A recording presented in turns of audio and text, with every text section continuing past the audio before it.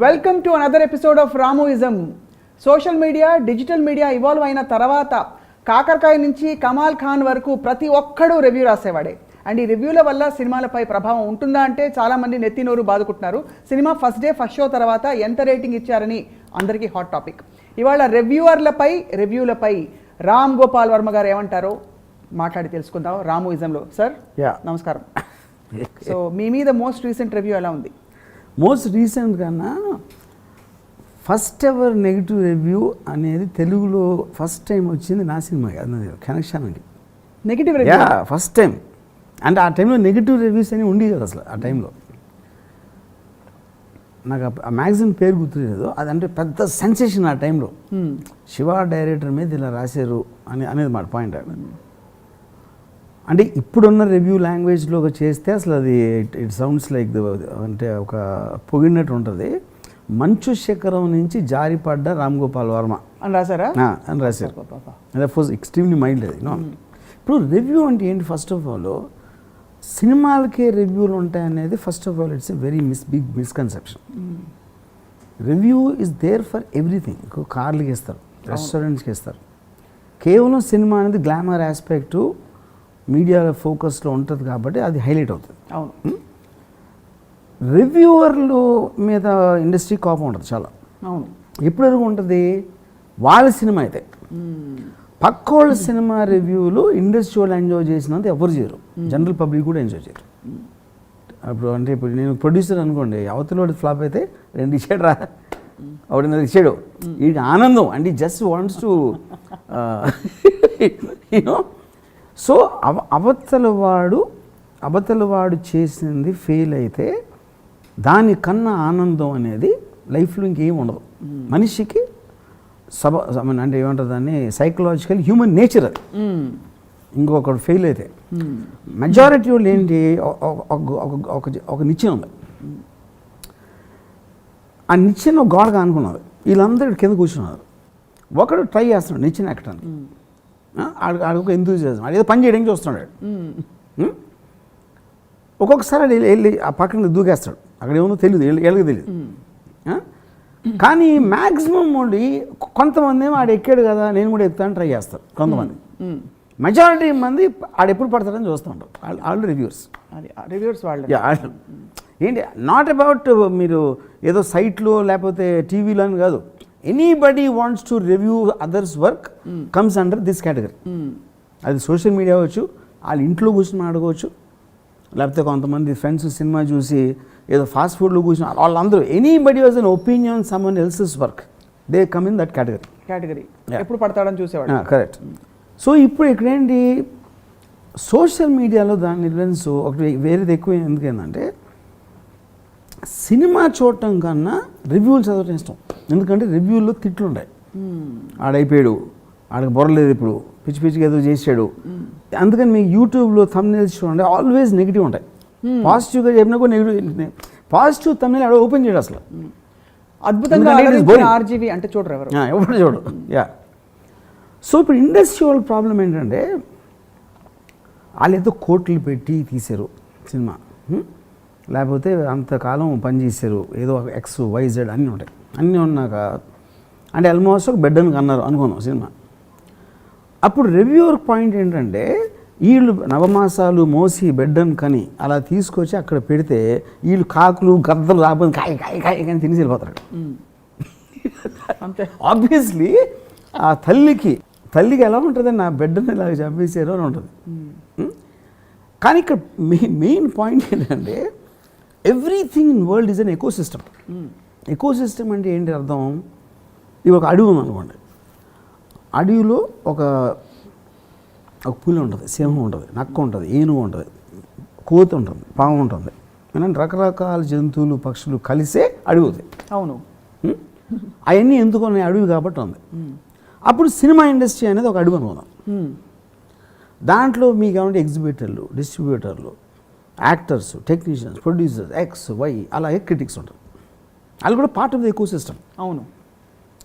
అప్పుడు ఒక సింహం ఉంది. అప్పుడు సింహం ఐదో అక్కడ బ్యాట్ చేసుకుని కూర్చుంటే ఆ ఏగలు గొయ్యి నడుతూ ఉంటాయి దాని ముక్కు దగ్గర, కంటి దగ్గర. అని దానికి చిరాకు వస్తుంది, ఏమీ చేయలేదు. ఎందుకంటే it is two small for it to do anything. అవును. అప్పుడు సింహం కంప్లైంట్ ఇచ్చింది అనుకోండి,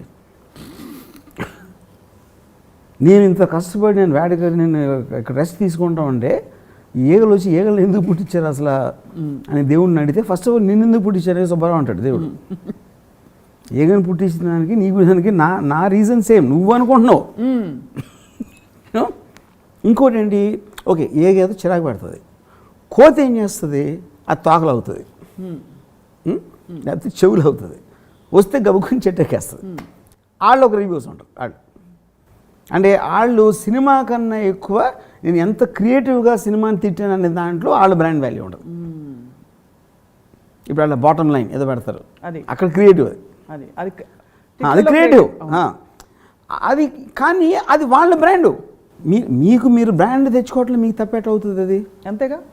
యా ఇప్పుడు ఎవడో డైరెక్టర్కి అక్కడికి సినిమా తీసే టాలెంట్ ఉంది, ఆ సినిమా ఎంత చండాలంగా ఉందని చెప్పే టాలెంట్ ఇంకోటి ఉంది, వాళ్ళిద్దరూ ఒకటే. నాకు రివ్యూ మీద both of them are living in the same ecosystem, అంతే కదా. యా. కానీ ఇక్కడ ఒక చిన్న అబ్జెక్షన్ నాకుంది, గ్రేట్ ఆంధ్ర ఎంత చేయండి అంటారు. అంటే గ్రేట్ ఆంధ్రాను రిజిస్టర్ అంటే గ్రేట్ ఆంధ్ర బ్రాండ్ ఉన్నట్టే కదా. ఫస్ట్ ఎవరు మాట్లాడతారు గ్రేట్ ఆంధ్ర గురించి, ఇండస్ట్రీ మాట్లాడతారు మోర్ దెన్ ద పబ్లిక్. వీళ్ళు మాట్లాడతారు కాబట్టి అది పాపులర్ అవుతుంది ఫస్ట్. కానీ గ్రేట్ ఆంధ్ర బ్రాండ్ ఏంటి, సినిమాది ఇట్లా దే ఆర్ నాట్ మార్కెట్లో మీరు కప్పు చేసిన, ఈ టేబుల్ చేసిన, లేకపోతే షూ చేసిన ఒక ప్రోడక్ట్ని మీకున్న ఎబిలిటీతో చేసి మీరు దాన్ని అమ్ముతున్నారు, రైట్.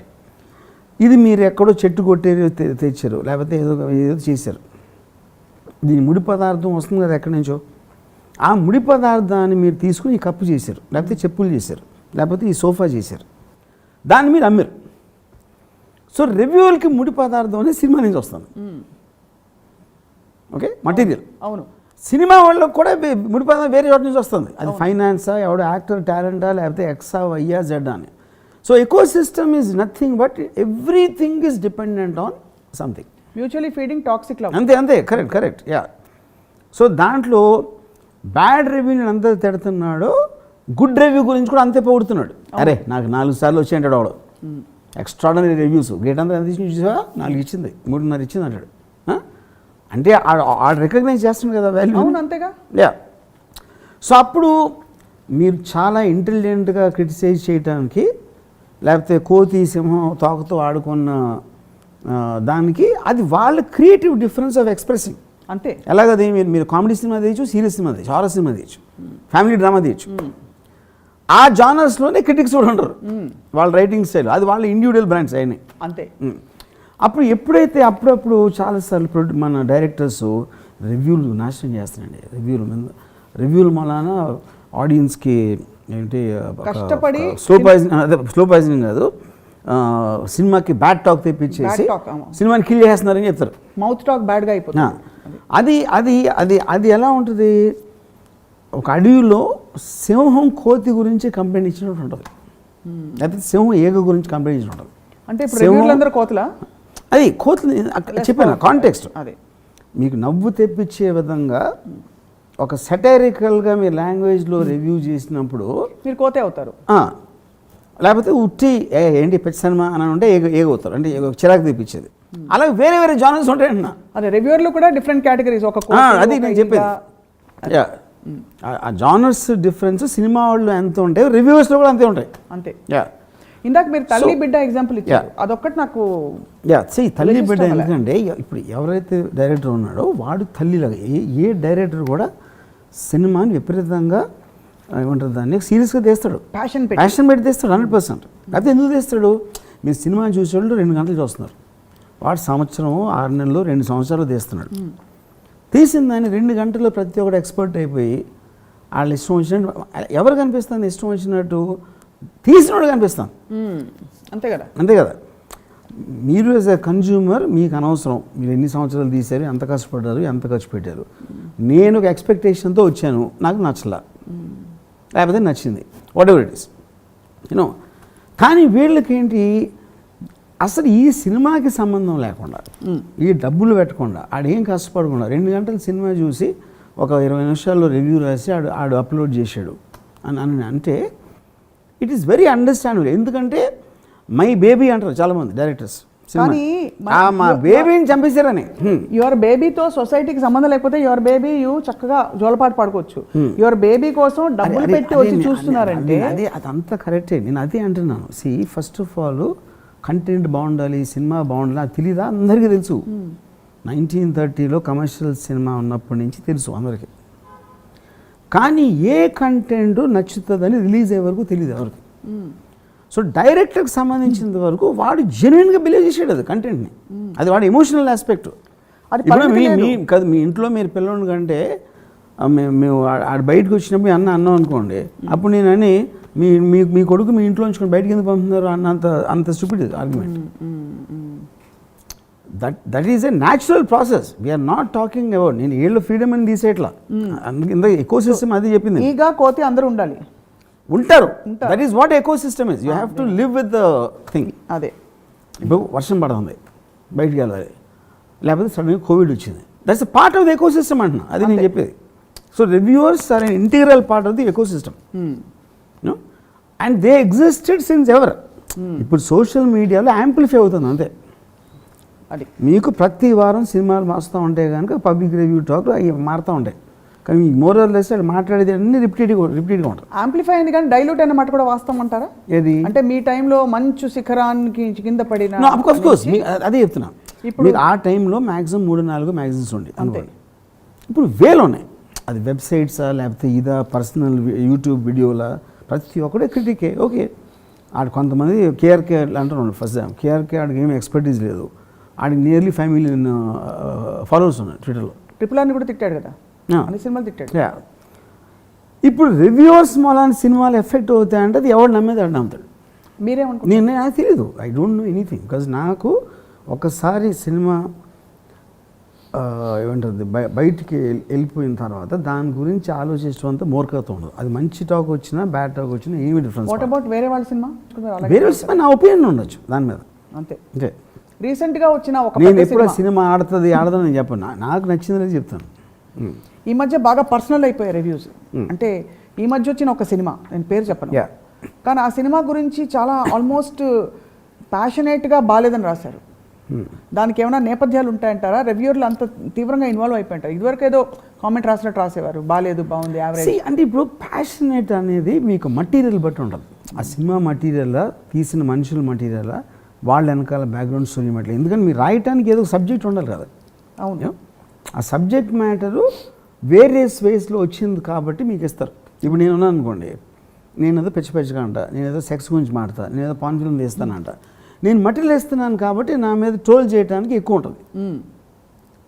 సేమ్ ట్రోలింగ్ విశ్వనాథ్ గారి మీద జరగదు కదా, ఎందుకంటే ఆయన దగ్గర మటీరియల్ దొరకదు ట్రోల్ చేయడానికి.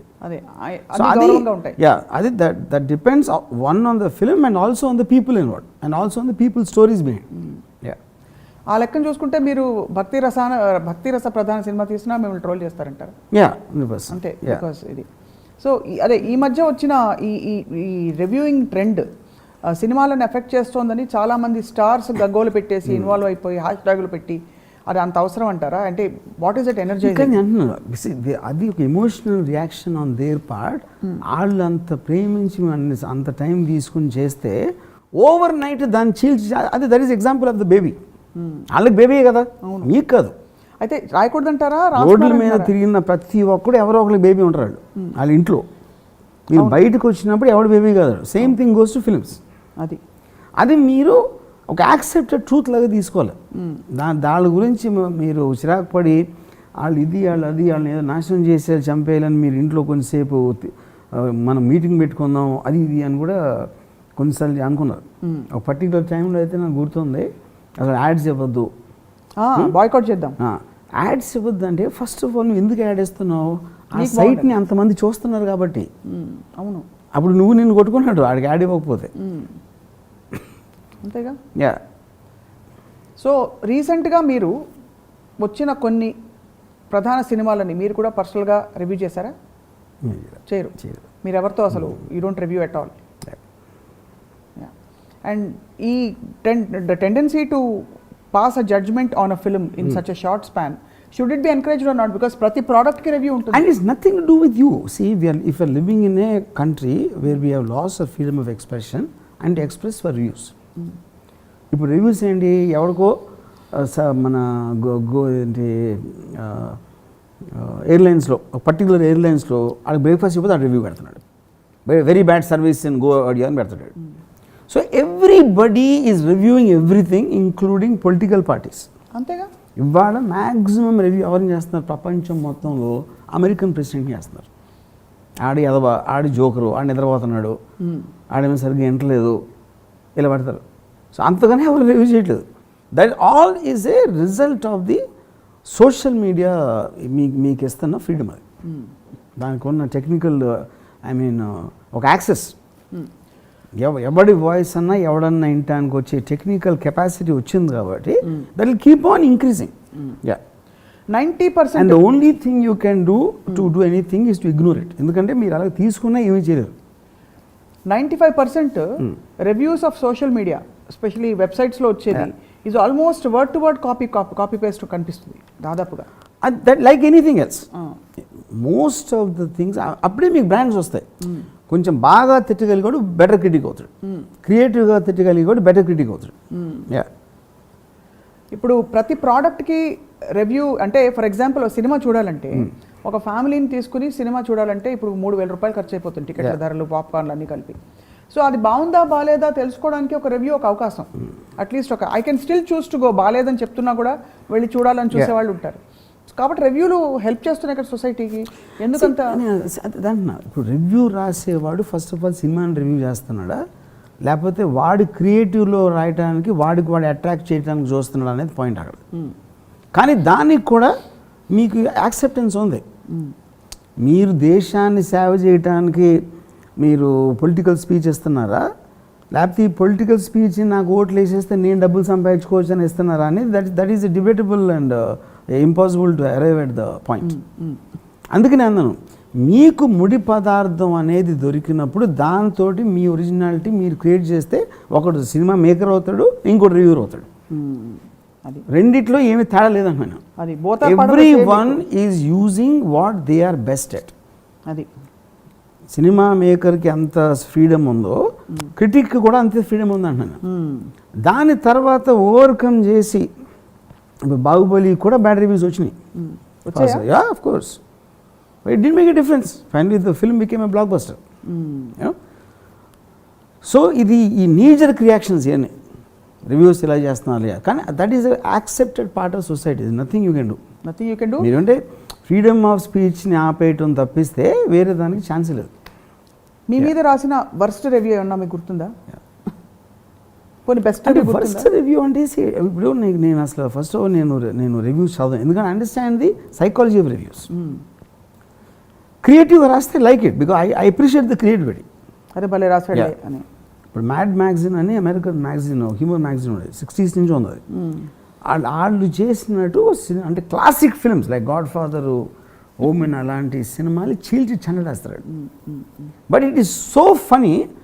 ఈవెన్ స్పీల్బర్గ్ సెట్, నా సినిమా రిలీజ్ అవగానే ఫస్ట్ నేను మ్యాడ్ రివ్యూ కోసం చూస్తాను.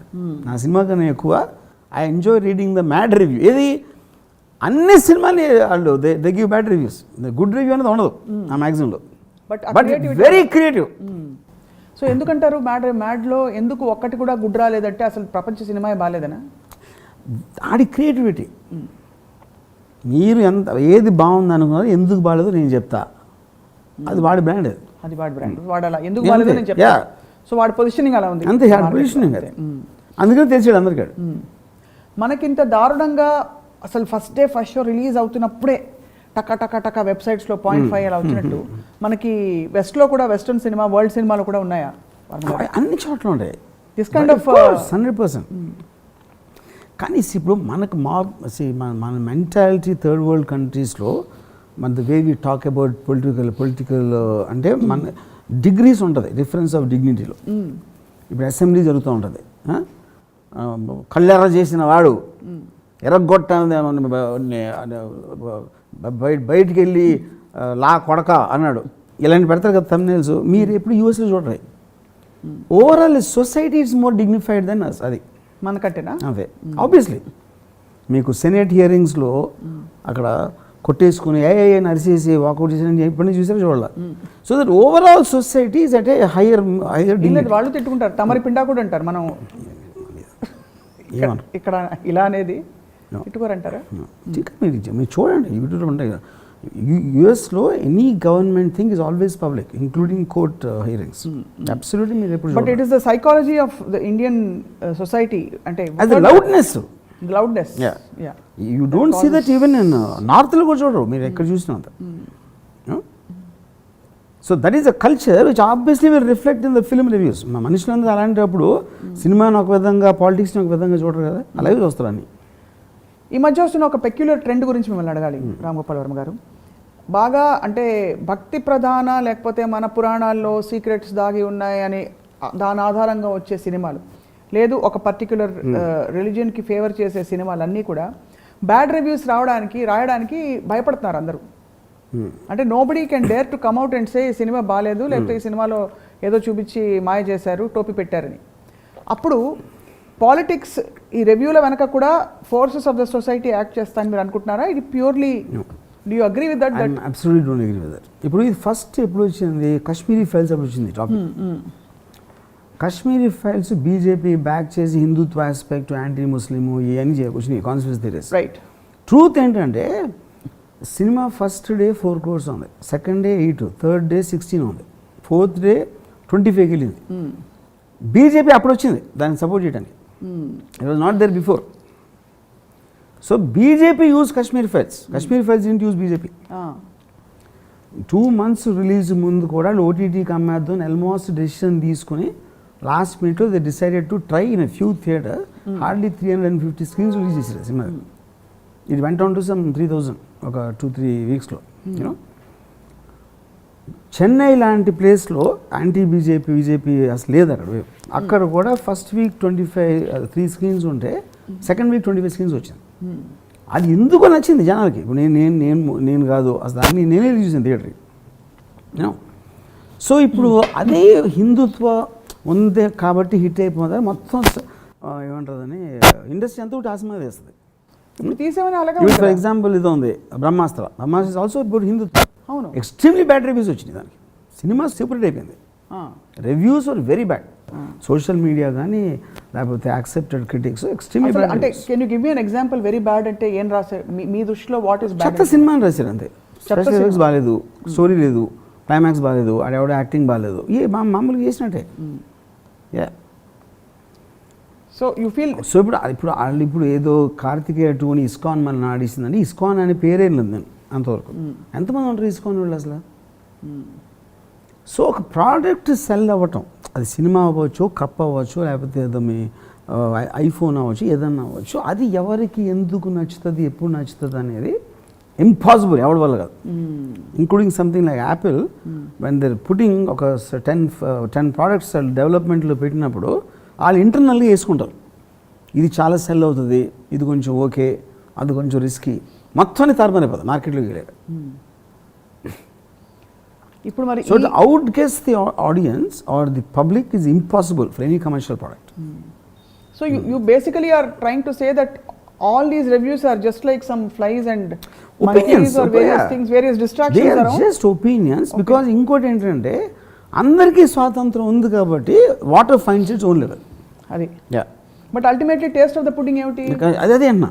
ఇప్పుడు చూసినప్పుడు మీరు సినిమా చూడటానికి ఎందుకు డిసైడ్ చేసి ఇప్పుడు నేను ఉన్నాను. ఇప్పుడు యూట్యూబ్లో ఒక ఎక్స్ట్రాడినరీ ఫినామినా ఏమొస్తుందంటే ఫిల్మ్ కన్నా ఎక్కువ ఆ ఫిల్మ్ గురించి ఉన్న అదర్ మెటీరియల్ ఈజ్ ఇంట్రెస్టింగ్. ఇప్పుడు అనురాగ్ కశ్యప్ దుబారా సినిమా వచ్చింది, తాప్సీ. నేను దుబారా సినిమా చూడాలి, అది నాకు చూసే ఇంట్రెస్ట్ కూడా లేదు.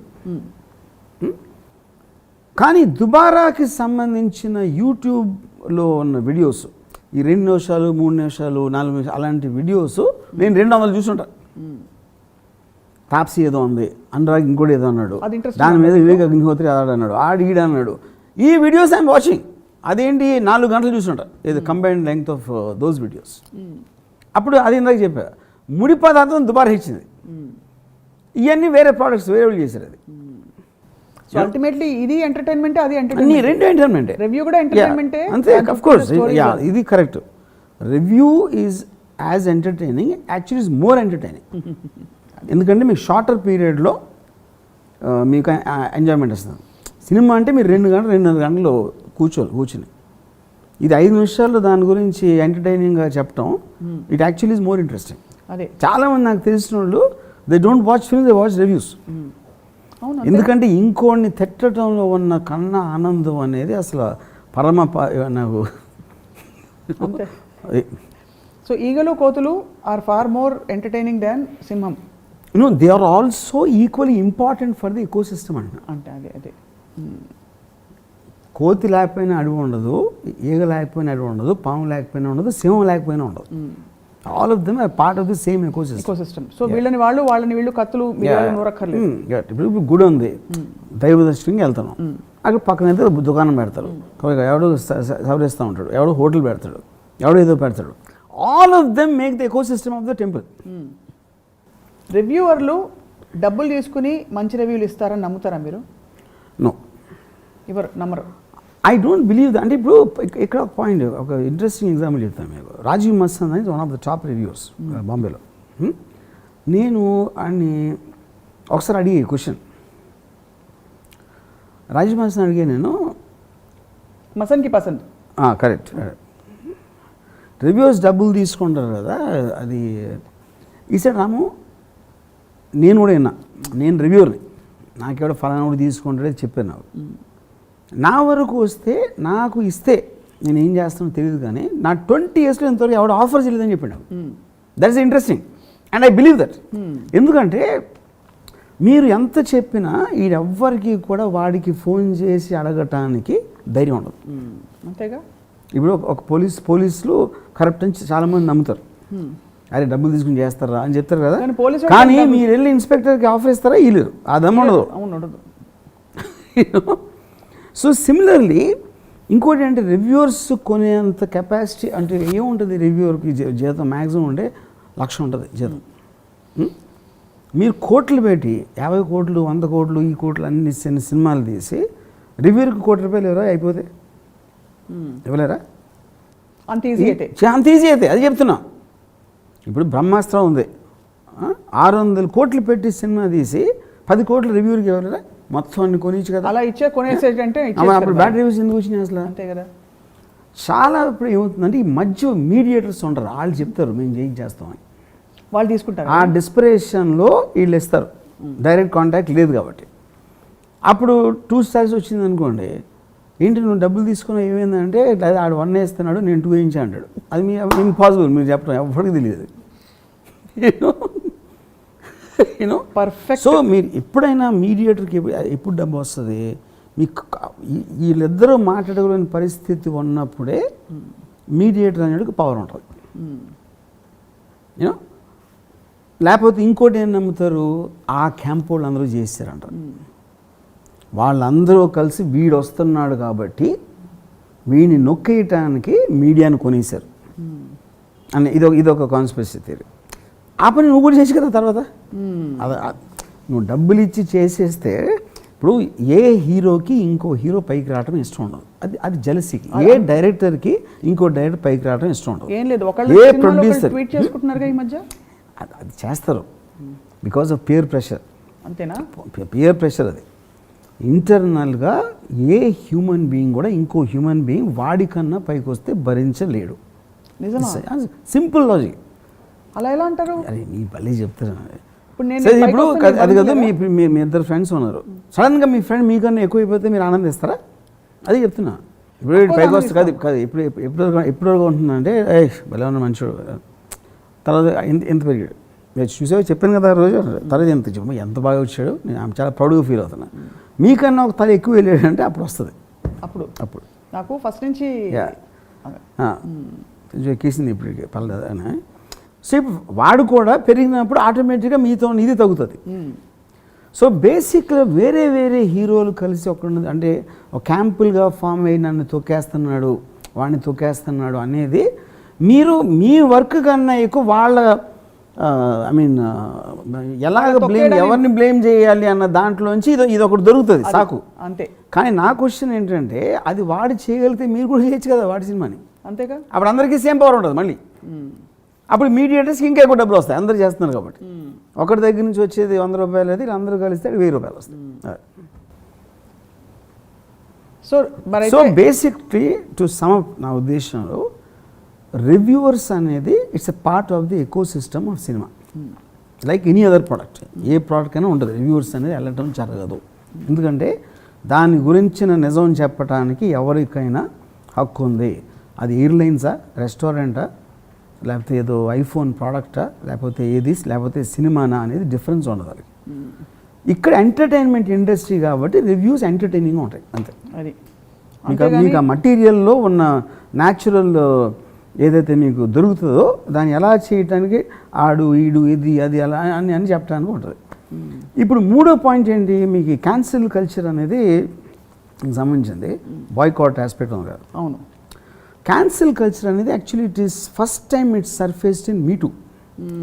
మీటూ క్యాంపెయిన్లో ఏమైందంటే ఎలిగేషన్ మీద బేస్ చేసుకుని సోషల్ మీడియా అరిచేస్తాం. అవును, మామూలు ప్రాసెస్ ఏమవుతుంది, మీరు ఒకరి మీద కంప్లైంట్ వచ్చింది, ఎఫ్ఐఆర్ బుక్ చేశారు, ఇన్వెస్టిగేట్ చేశారు, ట్రయల్ జరిగింది, తర్వాత జడ్జి డిసైడ్ చేస్తాడు ఇది జరిగిందా లేదా ఏంటి అని. ఇక్కడ ఏంటి, ఫస్ట్ జడ్జ్మెంట్ చేస్తున్నారు, అది ఎఫ్ఐఆర్ లేదు, ప్రాసెస్ లేదు, ఏమీ లేదు. ఎవరో అమ్మాయి టక్కన పెడితే దాని మీద వీళ్ళు జడ్జిలు అయిపోతున్నారు. మీటూ స్టార్ట్ అయింది అక్కడ ఫస్ట్. కరెక్ట్. ఇక్కడ ఎక్కడ స్టార్ట్ అయింది, సుశాంత్ సింగ్ రాజ్పూత్ దగ్గర స్టార్ట్ అయింది మన ఇండియాలో first time. Karan Johar boycott చేశాను, ఎందుకంటే నెపోటిజం అది ఇది ఇది అని. మీడియా కాదు ఇది, social media. This is no media, social media. Opinions of people. ఒక హ్యాష్ ట్యాగ్ పెడతారు, boycott Karan Johar, boycott this, boycott that అని.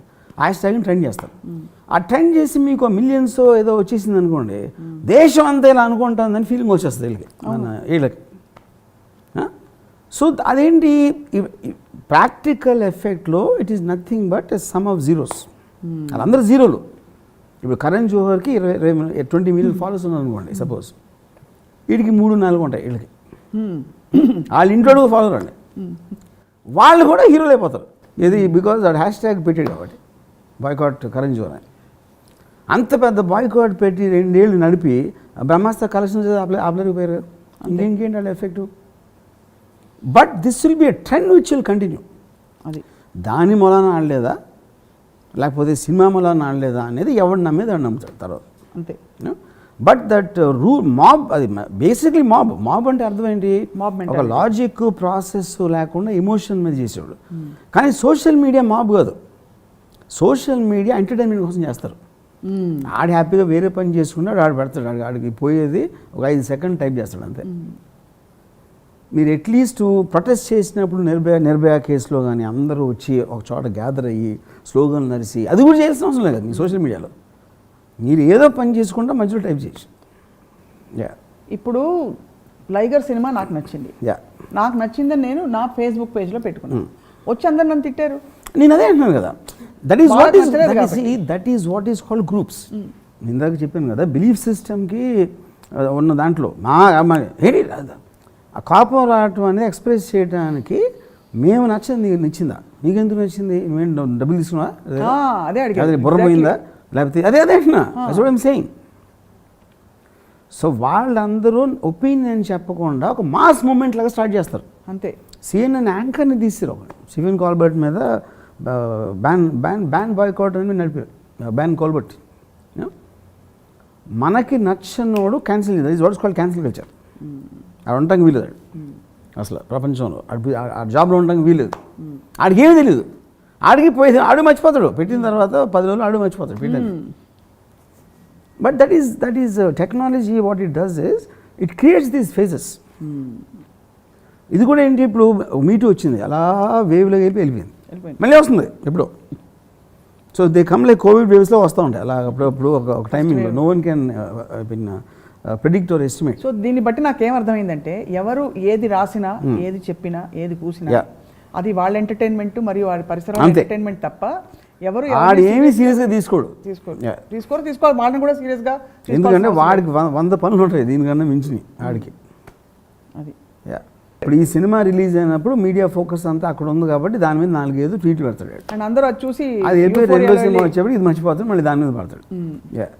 సో సో మొత్తానికి వర్మ గారు అప్పుడు పోయినప్పుడు కూడా ఎవరిని పోడతారు, అండర్డాగ్ని పోడతారు. కార్తికేయ 2 పెద్ద స్టార్ కాదు, వాళ్ళేం పబ్లిసిటీ చేయలేదు, ఇది చిన్న బడ్జెట్ సినిమా అది అయినా అని కార్తికేయ 2ని పొగుడతారు. ఎందుకంటే కార్తికేయ 2ని పోవట్లా, దాన్ని అడ్డు పెట్టుకుని లైగర్ని, శంషీరాని ఆటలను తిట్టడానికి కార్తికేయ 2 పనికి వస్తుంది. అంతే. అదే సో వర్మ అంటే గారు అండర్డాగ్ ఫినామినా. అండర్డాగ్ ఫినామినా మీరు మనసులోంచి ఎప్పుడైనా ఒక సినిమాని ఎప్పుడైనా రివ్యూ చేశారా? మీరు చూసి just keep your I review everything but you keep it your self under my self.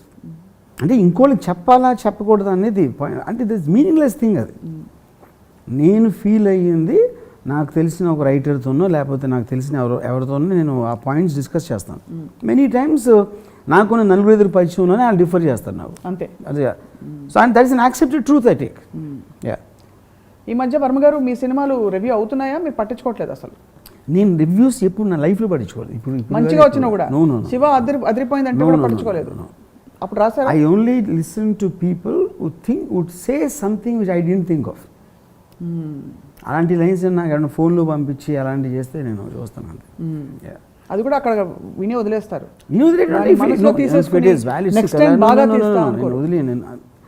నేను బాగా తీసారా బాగాలేదా బాగుందో చూడను. వాడు చెప్పిన ఒక పాయింట్ నాకు తట్టు ఉండకపోవచ్చు, అది తీసుకుంటాను అంతే. సో ఇప్పుడు రివ్యూవర్లుగా చలామణి అవుతూ పొగడటం తిట్టడం అనేది నేను సీరియస్ తీసుకోను. ఏది మీరు తీయాల్సిందే మీరు తీస్తారు. ఆబ్వియస్లీ ఎవరైనా చేసేది అదే, నేను కాదు. చాలా మంది ఆడియన్స్కి ఏం నచ్చుతుంది అని ఒకటి అనుకుంటారు. ఆడియన్స్ అనేది అదొక జంతువు కాదు. ఆడియన్స్ అనేది వేరే వేరే వేరే మనుషులు, వాళ్ళందరికీ వేరే వేరే అభిప్రాయాలు ఉంటాయి. వాళ్ళందరినీ మనం కన్వీనియన్స్ కోసం లేబుల్ పెట్టి ఆడియన్స్ అని అది first of all fundamentally wrong. A director అయినా, నేను కాదు ప్రపంచంలో ఏ డైరెక్టర్ అయినా, వాడు ఎక్సైట్ అయింది అటు తీయగలుగుతాడు. ఆడియన్స్కి నచ్చుతుందని తీయటం అనేది impossible. Including all the RRRs everybody వాళ్ళకి నచ్చితే తీశారు. నేను అదే చెప్తున్నా. రాజమౌళికి నచ్చకుండా తీస్తాడు ఆ RRR? తీయడు. Of course that is the kind of film he wants to see. Any director in the whole world. అదే నేను చెప్తాను, నాకు చెప్పను అంతే. అంతే.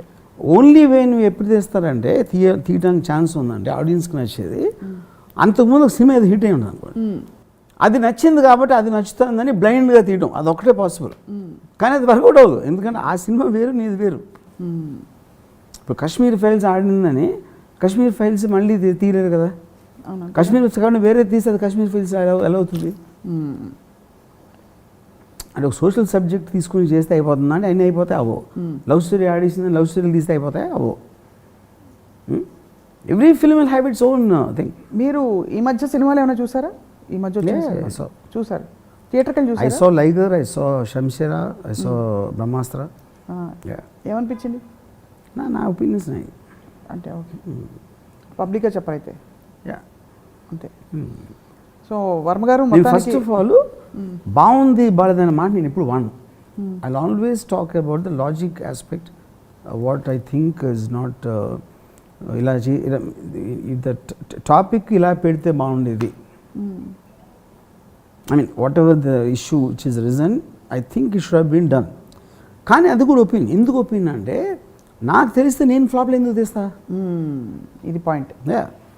ఇప్పుడు నేను చాలామంది ఏమంటారు, ఇప్పుడు శివ ఉందనుకోండి, మీ ఫ్లాప్ ఎందుకు తీస్తున్నారు అంటే అది first of all Shiva hit ఎందుకు నాకు తెలియదు.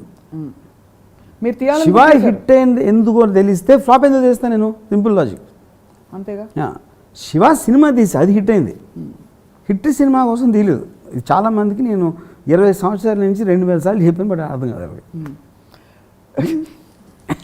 కానీ before we wind up your మాట అనక మానలేకపోతున్నాను. మీ సినిమాలు ఫ్లాప్ అయినా మీరు ఎప్పుడు హిట్గా ఉంటారు ఎందుకు? అంటే మీ రివ్యూలు బాగున్నా మీ సినిమాల రివ్యూలు బాగాలేవని ఎప్పుడు ఇప్పుడు హిట్ టు ఫ్లాప్ అనేది emotional terms. I look at the logistics of monies and what I'm doing. ఏ రోజైతే నేను మిక్సింగ్ చేసానో ఆ రోజు నుంచి నేను పట్టించుకోను సినిమా. ఎందుకంటే నేను ఇంకేం చేయలేను దాని గురించి ఏమైనా.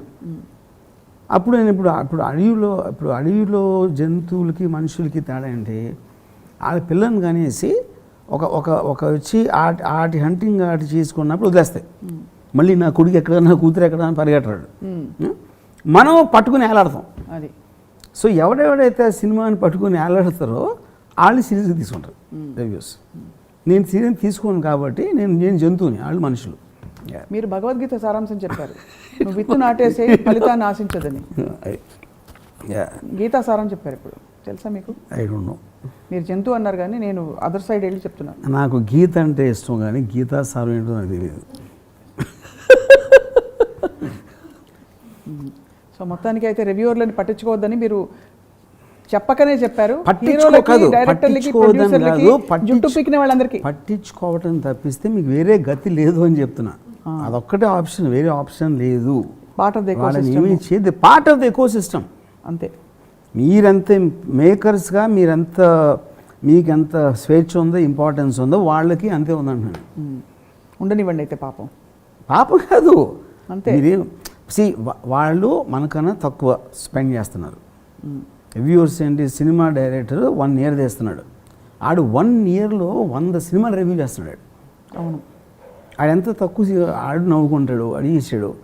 ఆడు కూడా ఈ ఒక రివ్యూవర్కి వాడికి వచ్చిన వ్యూస్ కన్నా ఇంకో రివ్యూవర్కి ఇంకా ఎక్కువ వ్యూస్ వస్తే వాడు కూడా బాధపడతాడు. అవును. ఫిల్మ్ మేకర్కి ఎంత బాధ, ఆడికి అంతే బాధ ఉంటుంది. అంతే. వాళ్ళు మనుషులే, they are part of the system. క్షణక్షణం గుర్తు. ఇప్పుడు ఈ ఎపిసోడ్ చూసి నాకు తెలిసి ఇండస్ట్రీలో చాలా మంది కోపం వస్తుంది. అంటే రివ్యూవర్స్ని సపోర్ట్ చేస్తా. నేను 100 support is not the point, I'm telling the truth that they are part of it అంటున్నాను నేను. అంతే. మీరు అంటే క్షణక్షణంలో శ్రీదేవ్ వచ్చి వాడు దొంగగా మారడానికి ఒక రీజన్ ఉందని చెప్పారే, అలాగే ఉంది ఇది కూడా. వాడు రివ్యూవర్గా మారాడు కాదు, అది every one has a place in the world. That's what you can't do without them. దొంగ లేకపోతే పోలీస్ లేడు. అంతే, సేమ్. అన్నిటికన్నా ఇండస్ట్రీ వాళ్ళు main thing they will understand. నేను చెప్పింది ఇండస్ట్రీలో సపోజ్ అంటే ఉదాహరణ చెప్తున్నా, ఒక మంచి రివ్యూ రాస్తే, పొగిడే రివ్యూ, దానికి సంబంధించిన మనుషులు ఆ సినిమాకి మెయిన్ టెక్నీషియన్స్, మెయిన్ యాక్టర్స్, లేకపోతే కొన్న డిస్ట్రిబ్యూటర్స్, బయర్స్, ఇలాంటి వాళ్ళు ఆనందపడతారు. బ్యాడ్ రివ్యూ 1000 మంది ఆనందపడతారు, గంతులేసి డాన్స్ చేస్తారు. అప్పుడు 1000 మంది ఆనందం మీకు ఎక్కువ ముఖ్యమా, ఒక 10 మంది ఆనందం ఎక్కువ ముఖ్యమా అన్నది అది పాయింట్. తప్పకుండా ఆలోచించవలసిన విషయం. సో క్రిటిక్స్ అనేవాళ్ళు ఒక ఇండస్ట్రీ ఒక పాయింట్ కాదు, ఎందుకంటే అది ఎంటర్టైన్మెంట్ ఆస్పెక్ట్. అది ఎంతోమంది 1000 మంది ప్రజలకి ఆనందం ఇస్తున్నారు. అది దానికి వాళ్ళకి కృతజ్ఞత మన రుణపడి ఉండాలి. అదే కృతజ్ఞత, థ్యాంక్స్ చెప్పాలి. అది I'm saying it in a kind of humour way, కానీ the truth is that. Very true. Cartoon వేస్తారు మీరు, ఈనాడులో ఎప్పటి నుంచి వస్తుంది? అవును, 50 years నుంచి వస్తూ ఉంటుంది, 40 years. కార్టూన్ ఏం చేస్తుంది? రివ్యూ ఇస్తుంది గవర్నమెంట్ పాలసీ మీద. ఎన్టీ రామారావు గారిది అయినప్పుడు వెన్నుపోటు పెట్టినప్పుడు ఎవరో ఇతను నాదెల్ భాస్కర్రావు వెనకాల నుంచి పోటీ చేసాడు అని కార్టూన్, అది రివ్యూ కదా. It is making a comment on a current political event which is very very important and strong. Is expressing it through a cartoon, but the issue is real, that is what he's saying. So review అనేది ఇప్పుడు కొత్తగా రాలేదు, అది ఒక్కటి first of all you have to understand very very clearly. It is a form of an opinion. అది ఇప్పుడు more vocal. Social media device వచ్చింది. అది అప్పుడేదో ఒక పాపగా ఉంది కార్టూనిస్టు, ఇంకో ఎవడో సీదర్ చేసేవాడు, ఇంకొకటి 5-6 ఉండేవారు. ఇప్పుడు 1000 మంది చేయటానికి మనకు ఒక సాధనం వచ్చింది టెక్నికల్గా, అంతే డిఫరెన్స్. అంతే. కానీ ఫైనల్గా ఆడే సినిమాలు ఆడతాయి, ఆడని సినిమాలు ఆడే సినిమాలు కూడా చాలా మందికి నచ్చవు, ఆడని సినిమాలు కూడా కొంతమంది నచ్చుతాయి. ఇంకేముంటుంది తర్వాత? ఈగలు కోతుల వల్ల సింహం వేట ఆగదు. ఈ టైట్లా సింహం వేట అవుతుంది అని సింహం అనుకుంటుంది కదా, అది ప్రాబ్లం. ఓహో, ప్రాబ్లం అది. మీరు 1 year చేశారు, కోట్లు ఖర్చు పెట్టి మీరు సింహం అని అనుకుంటున్నారు. అదే వీళ్ళు ఒక 2 నిమిషాల్లో సినిమా చూసి 3 నిమిషాల్లో రివ్యూ రాసేసి అని ఒక చిరాకు, కోపం, ఒక బాధ కలిగిస్తున్నాయి. అయితే మీరు ఈగలు కోతుల వల్ల నీ వేట ఆగదో సింహం అని సింహాన్ని చెప్తున్నారు మీరు, అంతేనా? కాదు, నీ వేట తప్పంటున్నా. నువ్వు అడవిలో ఉన్నప్పుడు అన్నిటితో పాటు నువ్వు సహజ జీవనం చెయ్యక తప్పదంటున్నా నేను. అది నేను చెప్తున్నా అంతే. ఇది బాగుంది, ఇది శాంతియుతంగా. అడవికి నువ్వెంత ఇంపార్టెంటో ఈగ, కోతి, పాము, నక్క, పులి, ఏనుగు అన్నీ కూడా, చెట్టు కూడా అంతే ఇంపార్టెంట్. అది చెప్పేది. That is what is called ecosystem. మీకు ఈ ఒక్క ఎపిసోడ్ కోసం నోబెల్ బహుమతి ఇవ్వాలని మేమందరం అనుకుంటున్నాం. మేమందరం అంటే ఎవరు? అంటే నేను, మా రాజు, ఓకే మా బ్రహ్మ. ఓకే ఆయన ఫస్ట్ వాళ్ళు అనలేదు, వాళ్ళ తరపున మీరు ఎట్లా అంటారు? ఆల్రెడీ వాళ్ళు ఇలా అన్నారా? ఒక రివ్యూర్ని అన్ని రివ్యూర్లు ఫాలో అవుతారు. ఓకే, ఒక వెబ్సైట్ అందరు ఫాలో అయినట్టు. బట్ చాలా enlightening episode Ram Gopal Varma garu. On more serious note that learning to live with the ecosystem and not అంటే adding to the drama or that also becomes entertainment actually చూస్తే. That is entertainment. రివ్యూల మీద today the reviews actually are more entertaining. ఈ film industry ఎవ్వరైనా గుండె మీద చేసిన వాళ్ళు they love bad reviews of other films. అది ఇప్పుడు ఫర్ ఎగ్జాంపుల్ రాజమౌళి రేపు పొద్దున్న ఎప్పుడైనా ఫ్లాప్ తీసాడు అనుకోండి, బయటకు వచ్చి డాన్స్ చేస్తారు ఇండస్ట్రీ వాళ్ళు అందరూ. ఎందుకంటే జలసీ అనేది మానవ సహజం. ఏమో ఈడొక్కడికే తెలుసా అంత బ్లాక్ బస్టర్ ఇటు తీయడానికి, అది ఫ్లాప్ తీయడా అనేది భరించలేడు జలసీతోటి ఎవరు కూడా. ఆ లెక్కన మరి బాహుబలి తర్వాత సాహో తర్వాత పేరేంటిది మన రాధేశ్యామ్ ఇవి చూసినప్పుడు ప్రభాస్ గురించి ఏమని అనుకుంటారు? 100% ఎవరు అనుకుంటారు? ప్రభాస్ ఫ్యాన్స్ వాళ్ళు కల్ట్ ఫాలోయింగ్ నేను చెప్పినట్టు. ఈ వేరే హీరోస్ ఇప్పుడు 100% కుళ్ళు లేకపోతే మనిషి అనేవాడికి బతుకు ఉండదు. కుళ్ళు అనేది మానవ సహజం. అంతే. సూపర్. ఇది crux of the matter actually. And it's a good thing అన్న. కుళ్ళు లేకపోతే మీ కాంపిటీషన్ రాదు. పురోగతి వాడి కన్నా నేను ఎక్కువ ఉండాలి అనే యాంబిషన్ రావటానికి, మోటివేషన్ రావటానికి కుళ్ళు ప్రధాన కారణం. అదేదో అందంగా ఎన్ని అని చెప్తారు, ఎనిమి అనేది ఏమి ఉండదు, కుళ్ళే ఉండదు. చాలా గొప్పగా ఉంది ఈ philosophy and thought Ram Gopal Varma గారు. కుళ్ళు ఫిలాసఫీ అంటారా? కుళ్ళు ఫిలాసఫీ. రివ్యూవర్లని పై రియాక్ట్ అయ్యే వాళ్ళకి, ఈ రెండు జరుగుతున్నప్పుడు సినిమా చూసే వాళ్ళకి అందరికీ చెప్పాల్సిందని చెప్పేశారు. పిక్చర్ అవి బాకీ హై. కానీ ఈ మధ్యకాలంలో ఆన్ వెరీ సీరియస్ నోట్, ఇది కన్క్లూడ్ చేసేస్తాను ఈ పాయింట్తో. 515 ఒక్క సినిమా కూడా రాలేదేంటండి? నా సత్యాకు వచ్చింది 515. అమేజింగ్. ఇది టైమ్స్ ఆఫ్ ఇండియా ఖాళీ మహమ్మద్ ఆ టైంలో 515. అప్పుడు ఫోన్ చేసి వాయించారంట ఖాళీ మహమ్మద్. మరీ 500 ఫీట్స్ అంటే అదే చెప్తున్నా. సూపర్. That is it. ఇప్పుడు అన్నిటికన్నా ఎక్కువ ఏంటంటే సినిమా బాగాలేదు, బాగుంది, చండాలంగా ఉంది, అద్భుతంగా ఉంది, దే ఆర్ జస్ట్ ఉప్మాన, దే జస్ట్ వర్డ్స్. రివ్యూ అనేది నాకు ఇప్పుడు ఫిల్మ్ అనేది ఒక ఇంటెన్షన్తో స్టార్ట్ అవుతుంది. అవును. ఏ డైరెక్టర్కైనా ఒక ఐడియా నుంచి ఏదో స్క్రీన్ ప్లే వస్తుంది, మేకింగ్ ఆఫ్ ద ఫిల్మ్ ఉంటుంది. ఎండ్ వచ్చేసరికి ఏ ఉద్దేశంతో ఏ రోజు నువ్వు ఆ డెసిషన్ తీసుకున్నావు ఆ సినిమా తీయటానికి అన్న ఒక ఎమోషనల్ స్టేట్ ఒక ఏదైతే ఉందో, అది థియేటర్లోకి టికెట్ కొనుక్కుని వచ్చేవాడి వాడి మైండ్ సెట్కి ఒక ఈక్వేషన్ కుదరటం అనేది జరగదు. There itself you should first ఏముంటుందని expect your work not to be like. మీ సినిమా హిట్ అయితే ఆశ్చర్యపోయే, నిజంగా హిట్ అయిందా అని మీరు షాక్ అయిపోయే డెసిషన్ తీసుకుంటే then you can bear with it. అందుకే మీరు ముందే నా సినిమా 1000 కోట్లు చేస్తుంది లేకపోతే ఇది అయిపోతుంది అని మీరు ముందే ఫిక్స్ అయిపోతే అది ఎంత మీరు నమ్మితే దాని సక్సెస్ని అంత ఎక్కువ ఎఫెక్ట్ అవుతుంది. అదొకటే కాదు, మేము అందరం ఫ్యామిలీలా షూట్ చేసాం, అది కూడా ఒకటి. ఇంకా అన్ని పబ్లిసిటీ ఆస్పెక్ట్స్. ఇప్పుడు దాని తర్వాత ఇప్పుడు మీరు ఫిల్మ్స్ పక్కన పెట్టి ఇప్పుడు మీరు మంచి బట్టలు ఒక మంచి బట్టలు వేసుకుని ఒక అమ్మాయి లేకపోతే ఒక అబ్బాయి ఇంప్రెస్ చేద్దాం ఉద్దేశంతో వెళ్ళాడు అనుకోండి, అసలు కామెంట్ కూడా చేయలేదు అనుకోండి ఆడు వేసుకుని బట్టల మీద, అది రివ్యూ కదా. అవును, అంతే. Ignoring is also review. అంతే. నాకు ఒకసారి రెహమాన్ చెప్పాడు, ఒక ట్యూన్ కంపోజ్ చేస్తూ ఉంటే